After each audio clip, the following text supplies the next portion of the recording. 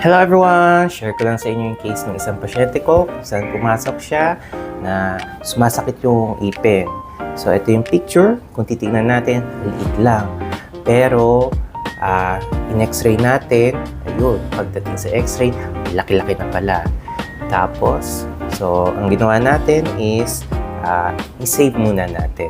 So ito yung picture, tinatanggal natin yung tooth decay. And then, habang nagdidrill ako, palaki ng palaki siya sa loob. Hanggang sa nalagyan na natin ng gamot to be observed for 2 weeks. So, unfortunately, even before 2 weeks pa, bumalik yung pasyente kasi sumasakit na talaga. No? Hindi na kaya ng gamot.